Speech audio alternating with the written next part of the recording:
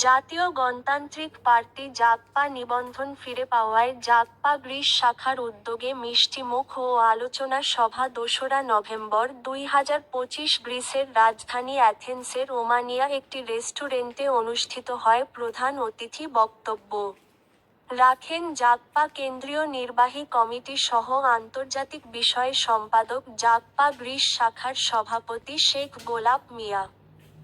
Jagpa Greece শাখার সাধারণ সম্পাদক মোহাম্মদ জাহির উদ্দিনের সভাপতিত্বে সাংগঠনিক সম্পাদক মোহাম্মদ আলমগীর মিয়া পরিচালনা বক্তব্য রাখেন হাজী মালন উল্লাহ প্রচার সম্পাদক আল সোহাগ মোহাম্মদ রাজন মিয়া মোহাম্মদ ফরিদ মিয়া আক্কাস আলী। উপস্থিত ছিলেন জাগপা নেতা কম্পিউটার ইঞ্জিনিয়ার লাবিব প্রমুখ। প্রধান অতিথি বক্তব্যে শেখ গোলাপ মিয়া বলেন, জুলাই আগস্টের ছাত্র জনতার বিপ্লব না হলে আমরা জাগপার নিমন্ত্রণ ফিরে পেতাম না। আজ অত্যন্ত দুঃখের সাথে বলতে হয় আমরা জুলাই আগস্টের সনদের আইন বাস্তব করতে পারছি না। পথের বাধা হয়ে দাঁড়িয়েছে বিএনপি।